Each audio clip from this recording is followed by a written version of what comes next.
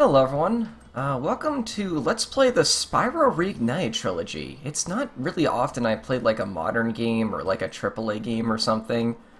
I recently got my computer back though. I've been told it'll work pretty flawlessly for like another year or so, so I kind of want to give it the ultimate stress test by like by Let's Playing like an actual like AAA game for once, and also a game that I'm very nostalgic for. I actually grew up with the original Spyro trilogy. And I own this game on Steam now after getting it in a bundle. I originally had just the PS4 version, so let's check it out for the channel. I am very efficient at playing Spyro, so I actually do feel pretty confident to play all three of them. The first one is my favorite, though. I'll probably talk a lot more about this as we get into this. If you've never seen this game before, it's kind of a, Actually, oh, there are no subtitles in this game. There aren't many cutscenes in this series. Oh, here we go. It's been peaceful here. So this is a game that originally came out on the original PlayStation, and it was kind of a revolutionary like 3D platformer. Like it was one of the first ones to really kind of nail the style. And this is a remake of the game. I made, I think, in 2017 that basically just, like, rebuilt everything from the ground up, and it's, like, one of my favorite games that's released in recent ages. Like, I am super nostalgic for classic Spyro. I cannot emphasize this enough. I love this series so much. He is ugly. Ugly? That does it!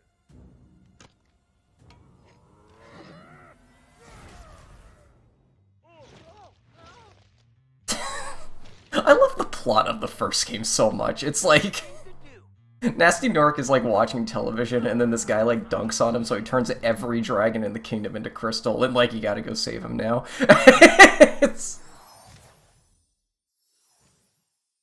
Alright, here we go. Let me just check a couple controls. Oh, this game actually vibrates the controller. Actually, I'm gonna see if I can change that. I don't really like vibrating Steam controller. Yeah, turn that off. It's weird. On a console, I like a vibrating controller, but on like PC, I don't. It's really weird. Like, is anyone else kind of like that?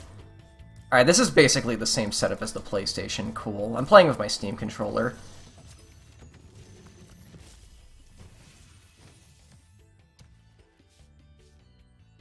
God, it looks so good. Like, like, look up what some of these dragons looked like in the original PlayStation games. It's so basic. Like, you can tell that game really pushed the console to its limits, even though it was still pretty primitive at the time. Find dragons first. That's all I can tell you. Like, they completely redesigned all of these dragons. They have, like, clothing, they have, like, occupations. It's so good looking.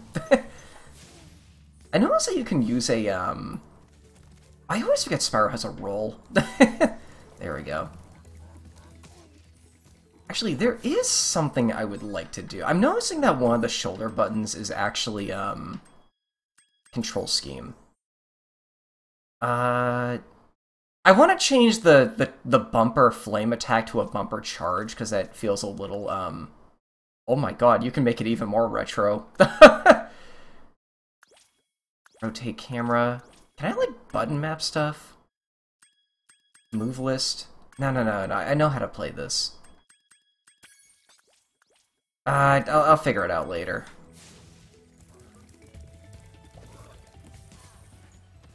So this is a collect-a-thon. You need to, like, collect dragons and, like, and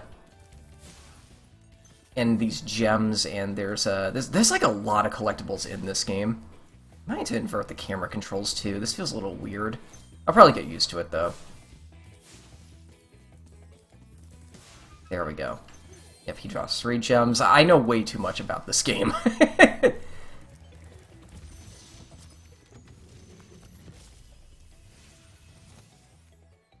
Nasty Nork? I'll torch him. Keep your horns on, Spyro. You have much to learn first. Do you know what the dragonfly following you is doing?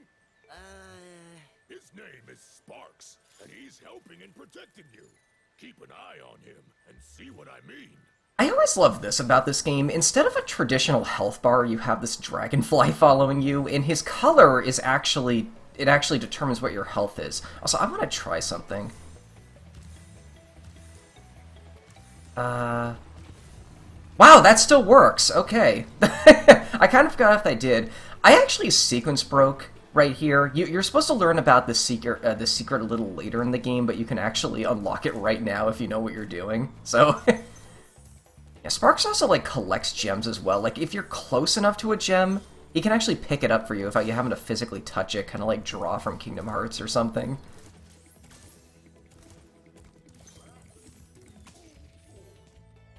Does Spyro have the flutter in this game, or is that in, like, a later one? No, okay, he has the flutter in a later one. Means I do have to be a little accurate. There we go. Oh my god, right, okay, this game also added skill points to the first Spyro. Those are basically like little fun little achievements you can get. And in the original trilogy, they were only in like the second and third game, but like this one reintroduced them to the first one. I think you can just like access them from the menu. Is it in guidebook? Yeah, skill points. Oh, wait. I'm thinking Y is the top one. Yeah, there's one for every level, and oh my god. Those are spoilers. Those are later stage names. Alright. If you prove your worth by rescuing 10 dragons, then you may use this balloon to fly to a new world. Yeah, we're still in World 1. That guy was not voice acted in the original game. It's kind of funny to, like, hear the goofy voice they give all these characters that were not voiced originally. I remember, yeah, there's a 1-up right here. Just a little dragon statuette you pick up. Okay.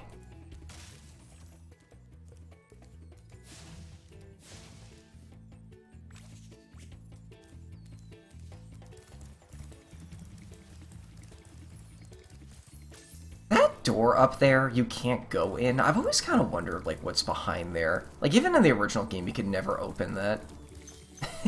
Feels like it'd be the perfect place for a secret, because it's just, like, right there. But no, it's just a secret the whole game. Get over here.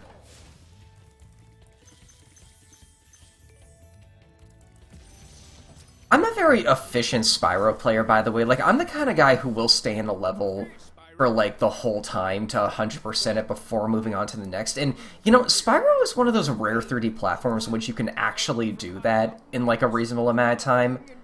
Like, if you know what you're doing, you can beat every stage in, like, 5 to 10 minutes, 100%ing everything. Like, they're not that big, but there's still a lot to explore.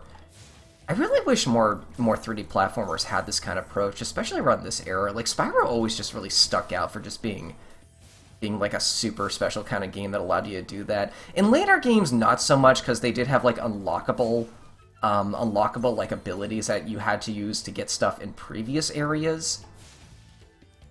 That might be like one of the many reasons why I actually prefer the first one. Like, I like all three games a lot, but I actually the first one is like my personal favorite.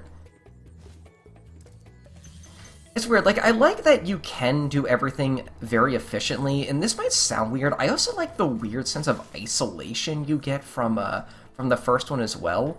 Like, the second one adds all these, like, supporting characters and, like, NPCs, and I don't know, like, something about just being a dragon versus the world just kind of adds a lot to the experience for me. I think there are 100 gems in World 1. You can pull that up to check real quick. I think I know where they are too. They're where the boss is, which I think is over here. Yep, right over here.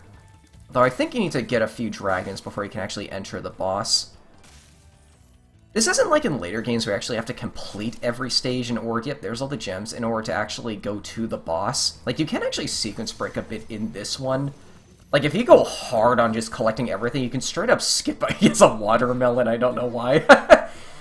You can straight up, like, skip a world. But you are not yet ready, Spyro. First, you must complete one of the other artisan lands. Yeah, this is the only world in this game that has a requirement like that. I think if you step on these... Yeah, you can replay the dragon cutscene if you want. In the original game, those are actually how you saved as well, I think, but, like, this game has autosave now because it's a much more recent game. Alright, let's start the first world, then. Yeah, that was just the hub world. Worlds in this game are very fun. God, 10 minutes to beat the hub world, okay.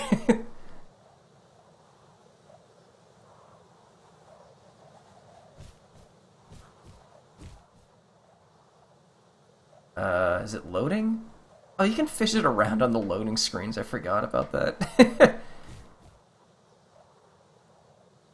Oh, here we go. Okay, I guess those take a little longer to load on PC. In the original game, and especially on PS4, it just, like, you just instantly go into it. You have, like, 10 seconds to just, like, watch that cutscene. Alright, so I think these rams, actually, okay, you can still charge into them. You have, like, 2 attacks in this game. You have a charge, and you have, like, a flame. You can jump in here for some secrets. There are a lot of enemies in this game that are, like, immune to one, but not the other, and you gotta pay attention to it. No. Go back down. I gotta get that dragon. Actually, I could probably... we'll do it now. I could probably come back here later, because I need a key for that chest right there, too. That's gonna have some gems in it. Pouring coffee with a tail. His color indicates his power. When he eats butterflies, he stays strong. Strong, like me. Sure. I think that joke did work a tiny bit better in the original because, like, all the dragons more or less did look the same aside from, like, 5 body shapes. God, I love that they gave every dragon their own, like, design and personality in this one. Those chests you can only break by charging into them, because pretty much anything metal in this series is going to be flame-proof. Lindar. I love all these old medieval names as well. Free a dragon or step on one of their platforms, you're saving your progress. That could be useful if you run into trouble. Not that you ever run into trouble, Spyro. Huh. Yeah, I guess they do still save your progress. Yeah, there's Zoe zapping you. Or, actually, that character's named Zoe in later games. I don't know if that's her name here. They make, like, one of those fairy characters, like an actual character in later ones. I know the game does autosave when you, like, leave stages, too, so it's not that big a deal. And there's actually the end of the stage right there.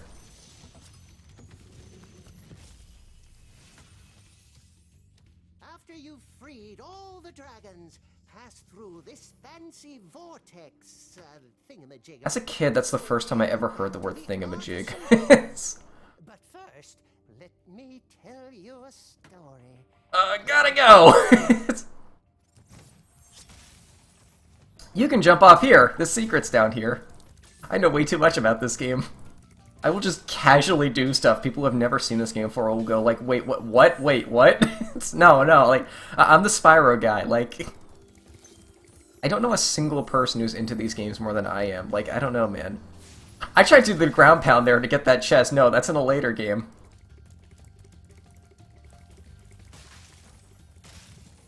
This game just makes me happy. I love playing classic Spyro so much. No. Hey, that guy, you can chase him down for an egg. I'll explain what eggs do in like 2 worlds, I guess.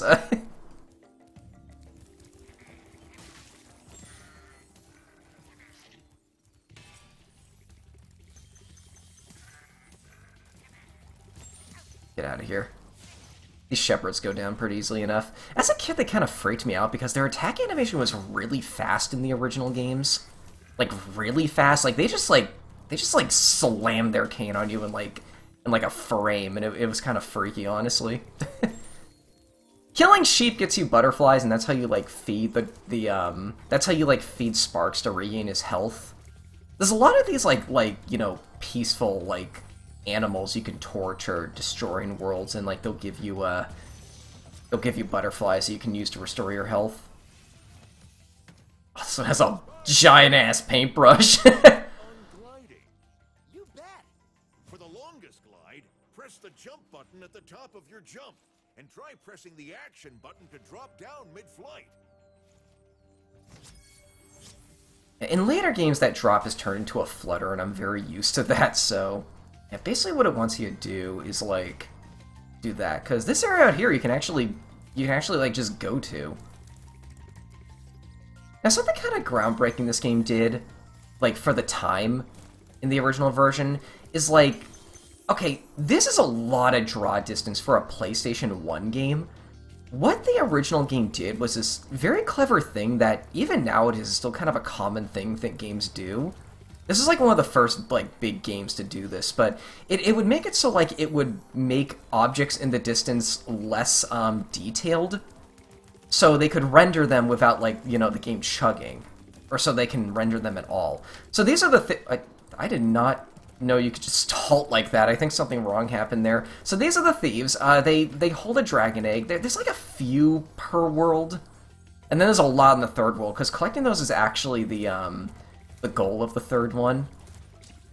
Oh yeah, those activate invisible walls. Dude, in the original game, these are just like pillars. But like, when you jump into the walls here, they like light up, so it's like some like subtle world building there. Like, what are those there for? Are those to keep like monsters out? Are they to keep people in? Like, I don't know. Like, it's so cool. Like, I really want to know more about the world of this universe. I know there's some stuff on that castle over there, too.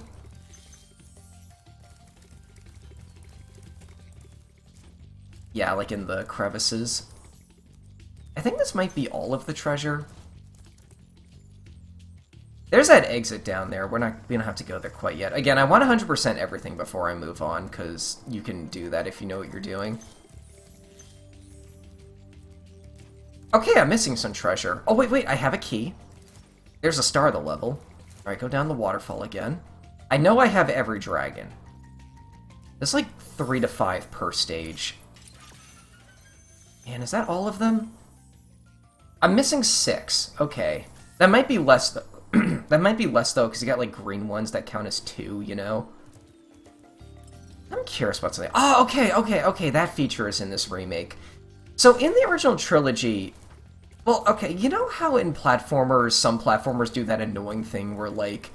You know, you've 100% a stage, but there's, like, one treasure you can't find or something? In the third Spyro game, they added this, like, power-up you can get for sparks, where if you hold down R3... sparks will like point in the direction of any treasure you've yet to collect, and I guess they figured that that's such a useful feature that they added it in like the previous games in the remake, which I really like. Like, honestly, I think this should be a default feature in like every 3D platformer. Like, this is just so useful, being able... Oh, I see it. Actually, that's only one. There might be more. There are more.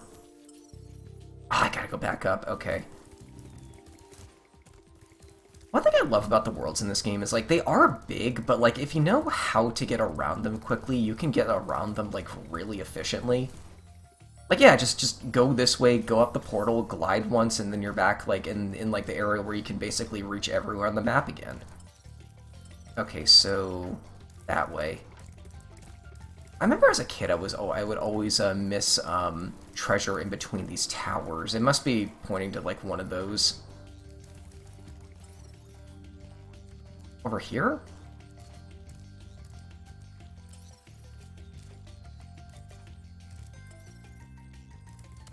Oh. Oh, there we go. Okay. We're missing 3. Missing 1. Oh. Want me to go back down there? I see it, okay. Dude, like, that is so efficient. Like, you still get that, like, explorative, like, nature of having to, like, actually find it and just getting a general direction of where it is. There we go. But, like, you still, like, you don't get that frustration of, like, needing to like, scour the entire stage over again. There, 20 minutes in, we've already 100%ed 2 worlds. Dude, how many platformers can you do that in? Like, I don't know, man. Okay. So after you've killed enemies and collected the gems they now drop these little, like, pearls, and if you get enough of them, you get a 1-up. I remember as a kid, I had, like, a lot of fun, like, trying to get to 99 lives, and, like, it wasn't this stage that I would grind for lives in, so to say, but, like, it was a later one. Let's do... Oh, let's do Town Square. I know where that is. I love Town Square. I think Town Square is this way. Or is this the way of the balloonist? This is the way of the balloonist. Get out of here. That's the way to the boss. This is the way of the balloonist. Oh no, the way of Town Square.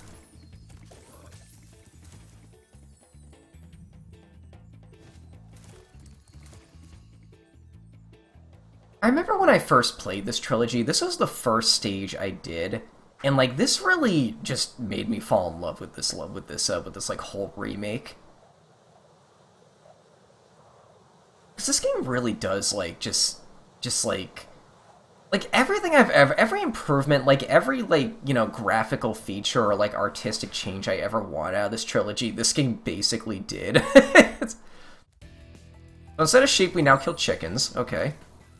Oh wait, was that a blue one? Or is that a feature in a later game? They run up to you. Like, dude, this game is so good. Like,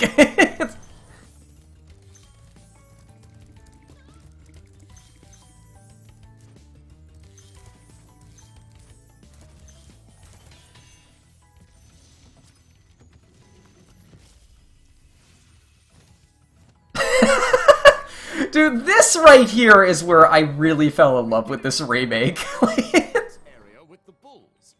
It's like these dragons are so improved. Like, they got occupations. I forgot about that too. He accidentally knocks over the easel. Okay, so these guys you want to kill by flaming them, but if you charge into them, they just like they get stuck. But like they count as dead. You get like their you get their gem and everything. Oh, actually, hold on a second. Hold on. Skill points. Oh! Right, okay, something came to mind. I'm gonna exit the level real quick. You get a skill point for, Also, it turns out I did not 100% Stonehill. I actually forgot about the hidden pink tulip. I actually kind of forgot what that is. I might need to look that up later. Because that was not a thing in the original game. Yeah, that's something they added in this when they added, like, you know, the skill points retroactively to this game. So you get an achievement or, like, a skill point in this game for stacking all of the bowls, and that basically means, like, I think that basically means, like, flipping them over so their horns are in the ground without actually killing them all. And that's hilarious, because that's something I would often do in the original game as, like, a challenge, too. Okay, so don't flame any bowls. Charge into them instead and get the achievement. Maybe I'll go back for that pink tulip achievement if I can remember where it is. What the heck? There we go. I don't know why that worked like that. Okay. That's our first time taking damage. So these chests, you have to blow into them. Or you have to flame them. Or you can charge them, but flaming is more efficient. And like the gem pops out and you gotta grab the gem and then the whole chest explodes.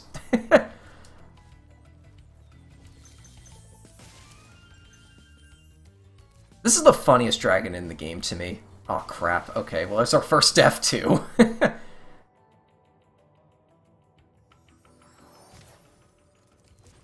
Oh, do I gotta kill all these guys in one go? Okay, if you jump it seems to be a bit more efficient.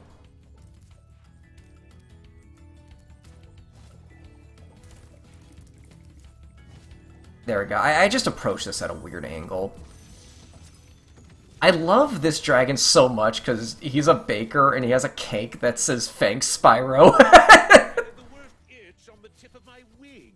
Did you know that you get your longest glides by pressing the jump button at the very top of your jump? You might be thinking, hold on, wasn't there Matadors? Wasn't there a dragon that already said that? Yes, but wait. Get out of here. Yes, but like you gotta remember, this game is non-linear. You can do these stages in any order. So especially in the first world, they'll like spread out some of these tutorial messages.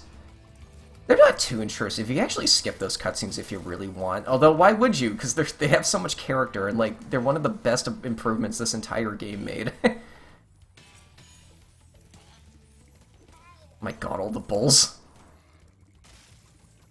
Now there's actually a secret in this stage. You have to, like... Yeah. Leaf on the Wind. That is a very tight jump. I remember having a much harder time with that when I first was playing this remake because they did change the physics a tiny bit.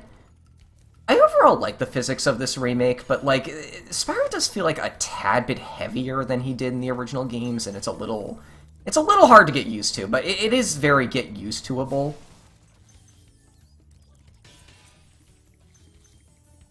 I'm gonna get that thief later. I want to come over here and get the stuff over here first.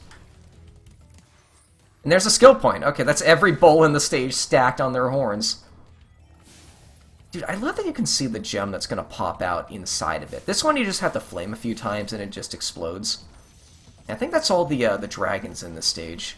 Oh no, there's still that one down there I completely missed. This one's a potter. You can always check your progress by accessing the guidebook through the pause menu.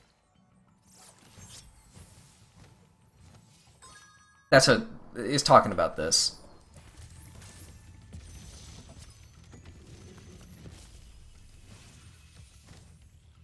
This one's a butcher.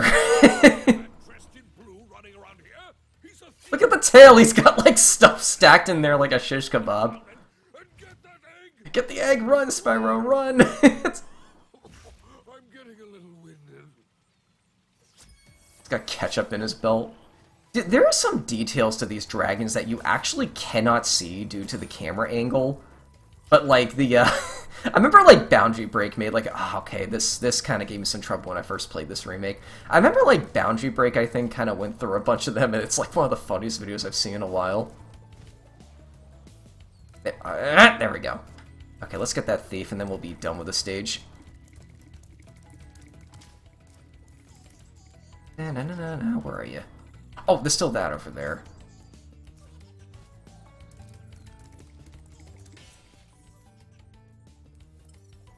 I don't have every gem? There might be some in that corner I just haven't gotten. That guy's gonna fly up. Unless I can... Ah, there we go. Okay, yeah. Well, there we go. I keep telling you guys I love fast falling in games, and there's a good example of that.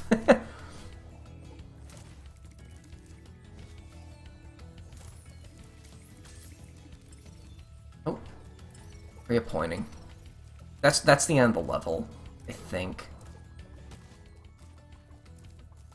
You have one new item in your inventory. Oh, this game must have Steam trading cards. Okay.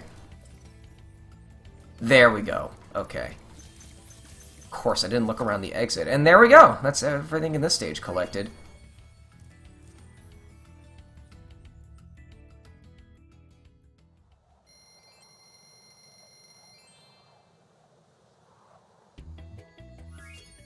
Alright, what's next?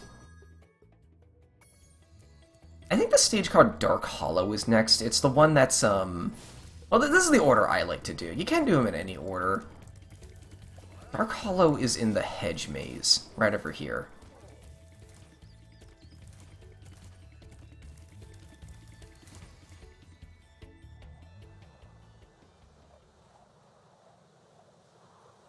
I love that the background of these loading screens matches the skybox of the stage you're going to. This is like the first one to actually, like, you'll probably notice this with, because it's the only stage in this world that's in the dark, or during nighttime. There we go. Okay. Oh god, I love the music in this stage. One cool detail about this game, yeah, okay, I think this should be a standard feature in all remakes, but you can actually change, the music back to the original. Get out of here. Okay, so those guys have iron shields, so you cannot flame them. You have to kill them by charging into them. Yeah, case in point. The frogs are now the fluff for the stage that you have to, dude, these bookshelves were not here in the original. Like, they add so much character to these stages. Alright, I need a key for that. Now, these big guys cannot be charged. You have to... Oop, you have to flame them instead.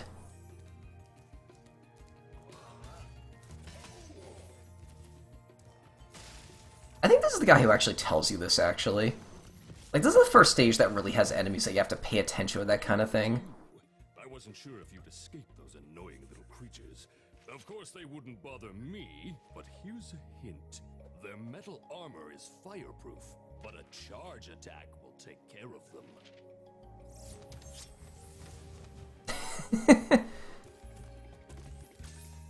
This game is like such an elegant tutorial because it just like peppers these hints that just happen to be crucial gameplay tips.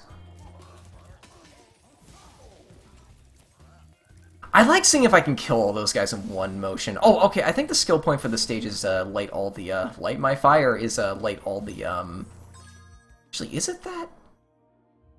Peacekeeper. Oh, no, that's actually all of them for this world. Okay. Well, I still gotta get the tulip. I'll probably look up where that is, because I don't think a tulip was a thing in the original. When I was looking at the Steam page before playing this, I noticed there's like 100, there's like 100 achievements. I'm not sure how many of them I'm gonna get. Actually, if you were to look at my PlayStation profile, you would see that I have not 100%ed this game, even though you would assume I would have. Due to how much I love it and how much I'm talking about it here. The reason for that is actually because... let's go the other way first. I actually encountered a glitch that I think has been patched that made it so, like, one of the items you get just... Oh, okay, this guy. You have to wait for him to turn around, and... Because he's big, so you can't charge him, but he's also armored, so you can't, like, flame him. But he's not armored on the back, so you gotta pay attention of enemies like this. I love how this game tutorializes things. You really have to, like... pay attention to these enemies and, like, their appearance. Okay, that was too early. I don't think that... Yeah, that actually doesn't hurt you for some reason.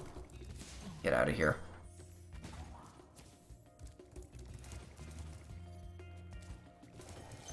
But yeah, I encountered a glitch in the original version that made it so, like, one of the collectibles I got in the first game didn't count. This apparently happened to, like, a lot of players. Like, a lot of players. But, like, a lot that they felt the need to patch it, thankfully. I'm gonna fall in. Okay. Spyro cannot swim, at least not in this game.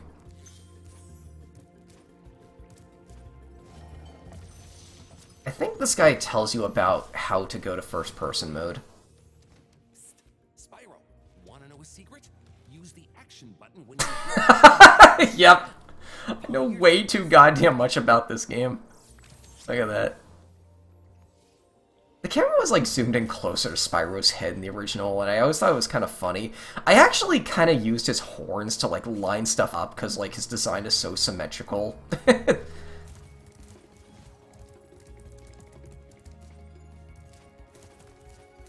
I love the look of this game. I've seen, like, some players, like, not really like the changes they made to the Nork enemies, because they were a little goofier looking in the original, but here they just look, like, kind of ugly. Honestly, I don't mind it. I kind of like that they look ugly. It kind of, like, matches that, oh, they would work for Nasty Nork. It's like, don't be ugly in the Spyro universe. And they're also, like, the only enemies in the game that, like, if anything, they probably made a lot of the enemies cuter, especially in later games. I don't think it's that big a deal, honestly. Like it matches, like, what they are and what they serve to the plot. You know, the very basic plot.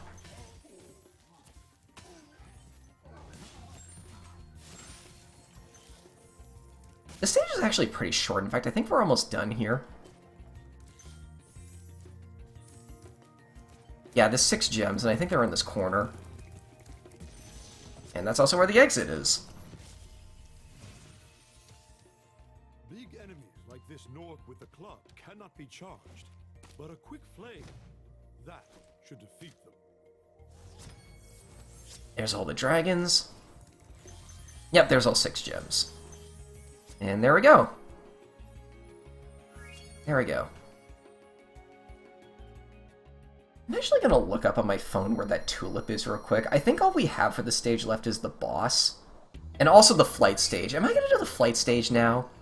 I'm technically sequence breaking by doing it now if I were to, but I'll do it, Alright, Spyro, pink. I'll just look up, like, Spyro pink tulip. What the heck? Oh, that was his idle pose where it, like, sneezes and, like, but, like, he's a fire dragon, so it, like, sneezes fire all over the ground. That's so funny.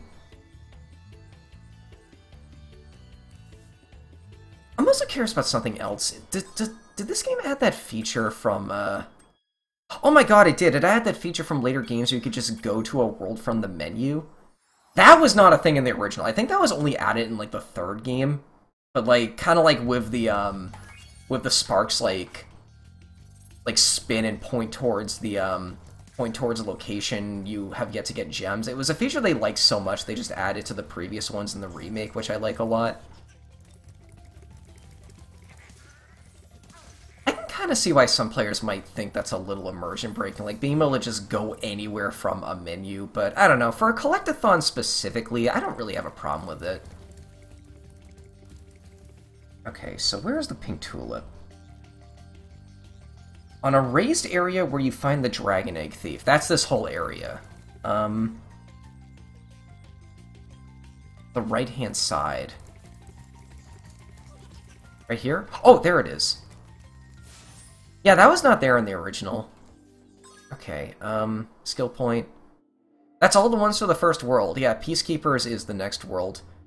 Something else I like about these skill points, I think, yeah, when you collect a lot of them, you can actually unlock a you can unlock an art gallery of like concept art and stuff, which is really cool.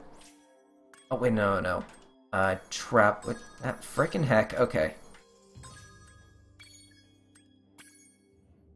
Travel back.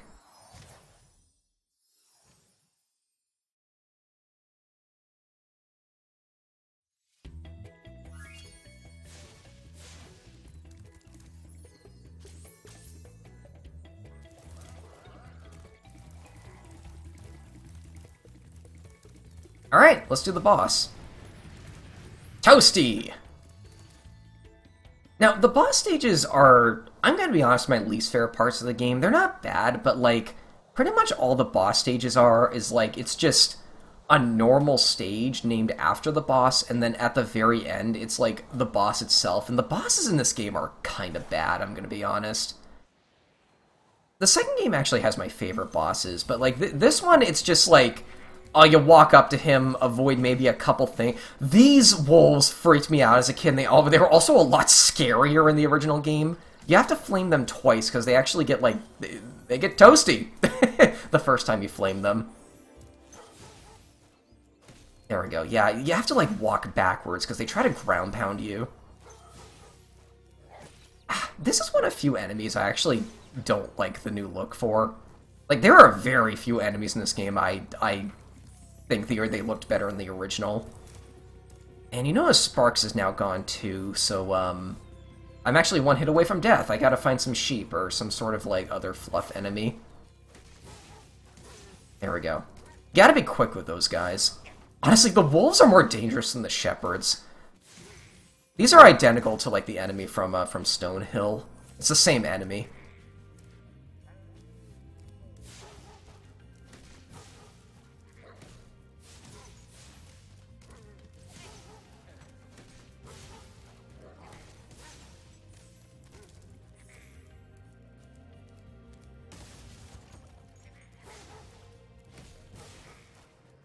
Ah, come on. I thought it was far enough away.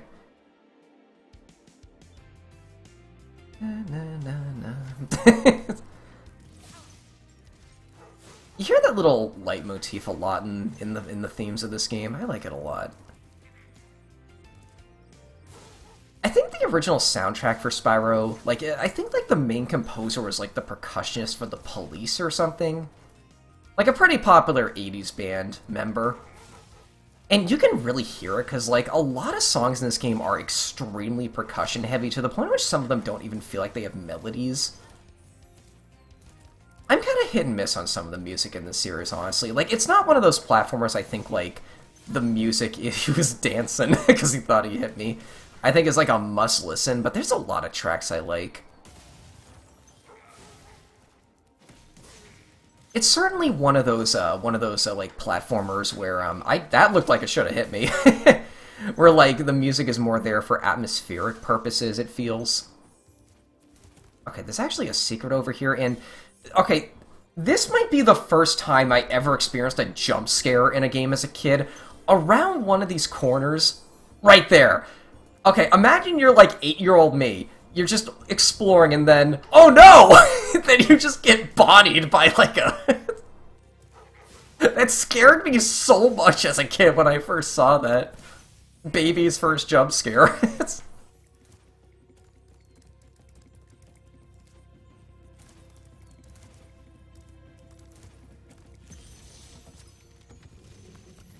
Boss stages tend to be very short as well. Like, I think this is actually the only dragon in it. Has put one of his most devious henchmen in charge of the artisan world. Bring him on! I think I smell a barbecue. Be careful, Spyro. Toasty has many tricks up his sleeve. Yeah, that's the only dragon. Okay, so there's Toasty right there. I like this design a lot. Like, the original, it was just like a blob of pixels, honestly. So this boss is really easy. You might have saw a little sheep in there. In the original game, they actually hid that a little bit. Yeah, it's a sheep on stilts, and probably angry that like all of his characters are being shepherded and killed or something. Is Spyro a Shepherdmancer prequel? I'll leave that up to you. Okay, it's just waxy with the... There we go. Yeah, bosses are easy in this game, like I said. That's really all there was to it. They get a bit harder later, but they don't really get more interesting. Like, the bosses are, like, the one thing in this game I think the original Spyro really just, stimped on. Like, didn't really care to really elaborate on that much. This game is more based on exploration anyway. I don't know, you don't really need fantastic bosses. And would you believe me if I told you that that's basically everything for the stage except for the flight stage? I'm gonna kill these sheep so I can get my health back. Yeah, green goes to blue, and... the heck? It's like you ate it without actually eating it. But yeah, you start with like a yellow... A yellow dragonfly means you have 4 hits left, a blue means you have 3, a green means you have 1, and a 0 means you're 1 hit away from death. Okay, let's do Sunny Flight. So, these are the flight stages, which are a little bit different. They kind of work with, like, inverted flight controls. Yeah, because Spyro can normally glide, but he can straight up fly when in these stages. And these stages are a lot more time attacky. Now, this one is actually kind of difficult because they expect you to do this one third. I think I remember the pattern I like to go here. Typically, there are 4 sets of 8 things in all of these stages, and you gotta destroy or collect them all along the way. So first you have, like, these barrels. There are 2 per cart, so you can just, like, get rid of them that way. And then, what do I like to do from here? Uh-oh. Okay, that's... Yeah, getting in the water is an instant death. Okay. It's barrels, chests, arches, and planes. You can kind of do them out of order. It kind of feels like you have to go in this in a certain order sometimes, but... Okay, let's do these. Or let's do these first. Basically completing any of these things gets you more time. You start with 20 seconds, but basically you have to, like, oh, it takes me 3 seconds to get to this obstacle. Okay, if it takes me 2 seconds but gives me 3 seconds, then that's objectively good to go towards. It's a bit like, you gotta learn how to route, like you're trying to speedrun or something. Like, oh, these guys are right here? Okay, let's do the airplanes next. These also gave you 3 seconds. It took me way less than 3 seconds to go from the arches to the planes. It took me way less than 3 seconds or 6 seconds to, like, to get those 2. Don't go too low, don't go too low. There's 1 left. Where are you? This is taking me more than 3 seconds. There we go. Uh-oh. Okay, okay. Let's do these arches now, too. This is gonna come down to the wire if I'm able to complete this. Okay, let's go the opposite way they're going. Hopefully this will let me out around the last thing I need to collect, which are the treasure chests.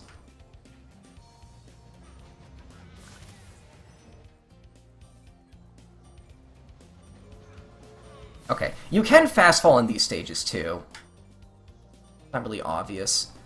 Wait, what? I thought they were down here. Oh god, okay, where are the treasure chests?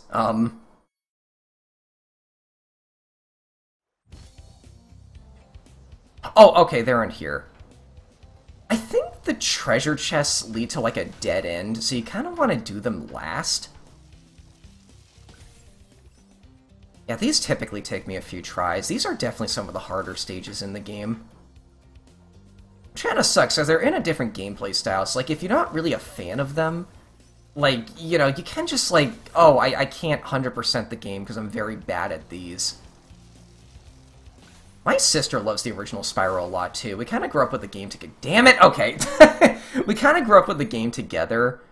But, like, I don't think she's ever 100%ed it just because of these stages. Like, it's kind of unfair, like, you know, that it kind of requires you to do these. And they're in all 3 games, too, so I hope you get used to them.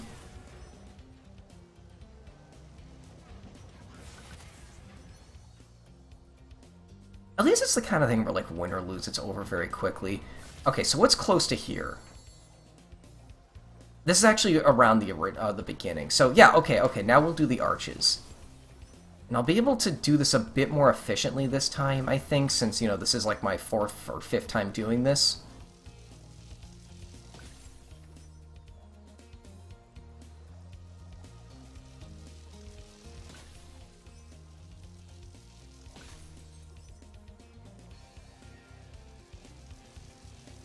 Okay, now for the planes. I don't really like the planes. Like, it feels kind of random how they fly. I know they're flying in a specific, like, pattern, but I don't like the pattern. What can I say? Some of them dip really low as well.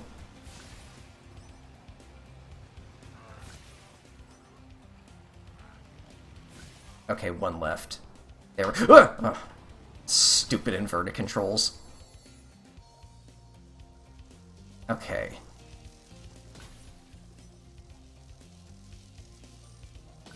Okay, and there's the treasure chest. That's all we have left. Can I get there in 7 seconds? As long as you're, like, actively collecting... Uh-oh, okay. As long as you're, like, actively collecting them, you're not gonna run out of time. Like, they're close enough together that even if you're a tiny bit inoptimal, it's not gonna take you more than 3 seconds to collect these. There we go! Okay, cool.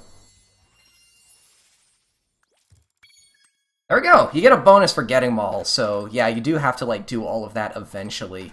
You can replay it if you want to try and score attack yourself, but honestly, I don't typically find these stages too interesting to warrant that. And, call me crazy, I think that's the entire first world 100%ed. I thought there was, like, a pop-up or, like, an achievement for that, though.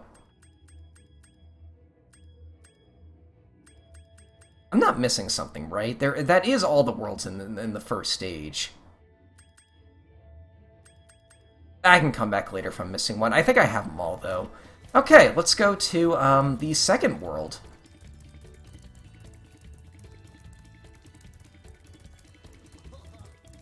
Wow! I see you've been busy rescuing dragons, Spyro. You may travel to the Peacekeeper's world if you like. Are you ready to go? Okay. Boom.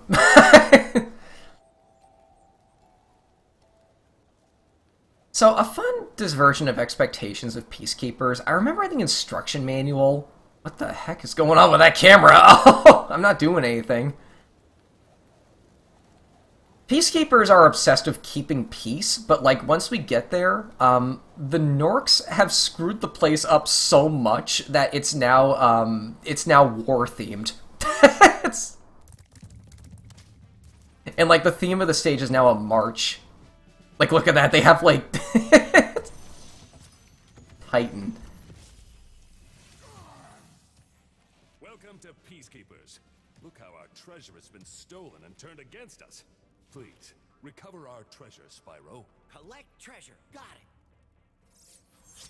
Right, I forgot. Technically, the monsters are, like, gems turned into monsters, which explains why they drop,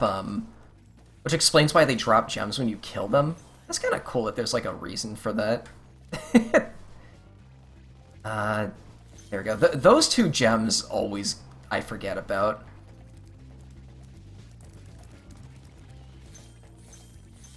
So something kind of unique to this world are these cannons. Well, they're not unique. There's plenty of cannons in this world, or in this game. But you can push them. You can't, like, move them, but you can, like, rotate them.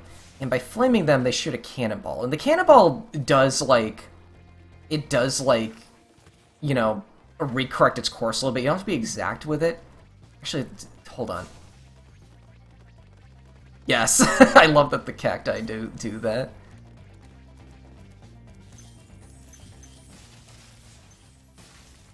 There we go. Okay, do you want to see...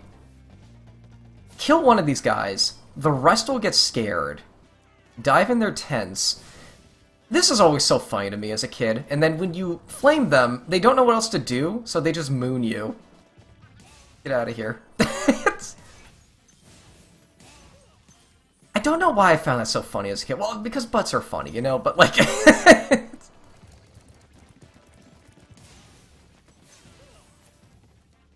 Yeah, they don't attack you anymore, they just try to moon you for whatever reason. Like, little details like that are just so funny, you know?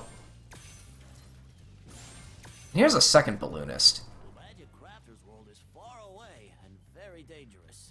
Maybe if you find 1,200 stolen treasure, I'll show it to you. Now, as you can see there, I have 1,000 treasure. This is what I was saying earlier when I said that, like, if you're very thorough of collecting things, you can sometimes outright skip a world. I can't in this instance, but, you know, there are instances where, like, the goal to... The heck did I unlock that for? There are instances in this game where, like, you know, the goal is to get, like... Oh, get, like, 80 dragons, but up to that point there's, like, 100 dragons you can collect. So it actually is possible to have a world's, like... requirements completed before you even, like, get to the world preceding it. It's kind of cool. Oh my god, this guy. Spyro, Sparks the Dragonfly has been doing a good job protecting you.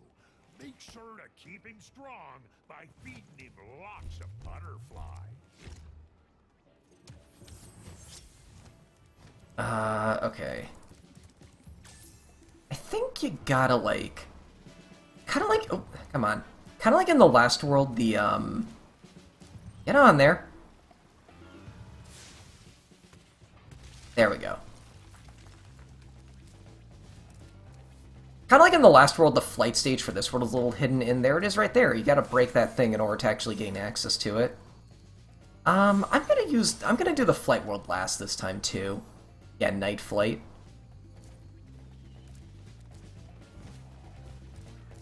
Oh, there's the boss of the stage. Yeah, that's not hidden at all.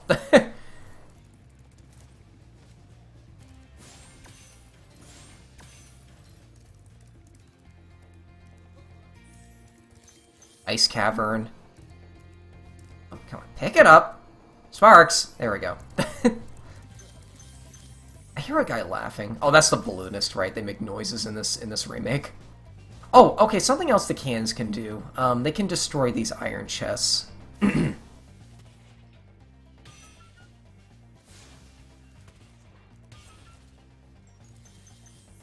remember in the original game, there was an instance where you could, like, break a chest that you're supposed to use a key on, which means you can collect a key. I think that was, like, fixed in this remake. Like, you no longer can do that. Or you can, like, keep the key once you collect it. Oh, and there's another thief. Oh, okay. Actually, wait, there's an easy way to do this one. Get on the opposite side of where he is, and then flame him. Yep. Gunner. Well done, Spyro. Keep up the good work, and I know you'll fulfill your destiny. Destiny? I just want to kick some... Just toast those enemies and collect the treasure. That's all the dragons in this world. Where am I missing? At the start of the stage? I didn't think I'd be missing any there. Well, I know there's some over here I haven't gotten yet. Oh, wait, no. Okay, yeah, in there. I don't think that arch was there in the original game, so this is actually a little hidden, but there's like a little alcove over here with some stuff in it, too.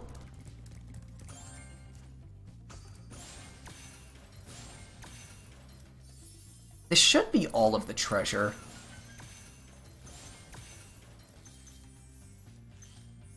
Yep, there we go. Again, I play Spyro very efficiently. We're at about an hour, but you know what? I'm having fun. Let's go ahead and, like, do the next stage while we're here. Dry Canyon. Or actually,